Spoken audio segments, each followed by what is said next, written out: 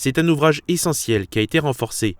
Dans le cadre de sa compétence GEMAPI, gestion des milieux aquatiques et prévention des inondations, la communauté de communes du Pays de Bitche a lancé des travaux de rénovation du bassin de lutte contre les inondations Amtal du Gros Rederchin. On a toujours un ouvrage de surverse pour les événements pluvieux vraiment exceptionnels. La surverse avait été endommagée suite aux événements pluvieux de mai 2024 et donc a fait l'objet d'un dossier loi sur l'eau en partenariat avec les services de l'État et d'un financement au titre du fonds vert pour renforcer cette surverse et donc consolider l'ouvrage et le pérenniser à nouveau pour les 10-20 ans qui viennent.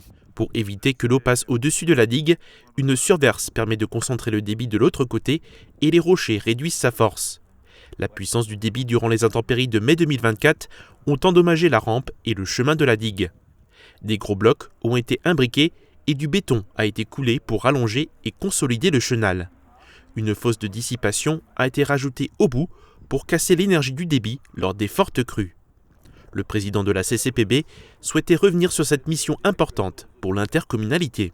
C'est effectivement une priorité absolue d'avoir des digues qui soient confortées, d'avoir des digues qui soient entretenues. Et donc pour nous, évidemment, il y a une surveillance régulière qui est faite par les services communautaires et les vice-présidents qui suivent tout cela. Je voudrais à ce titre remercier Serge Sebler, qui est le vice-président en charge de ces dossiers, de manière à pouvoir réagir rapidement. Et donc ce chantier est désormais réalisé, ce qui permet à ce bassin et aux habitants de Gros Rederchin et de l'ensemble de la vallée d'être plus sécurisés. Des travaux de restauration du chemin de la digue seront entrepris jusqu'à la fin du mois de mars.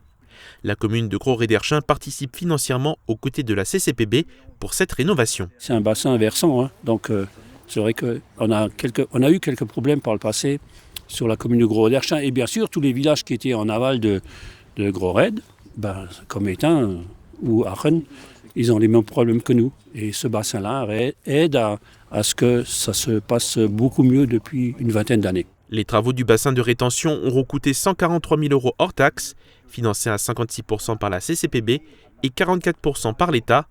L'entreprise titulaire du marché Terrelian procédera à l'engazonnement autour de la rampe au printemps.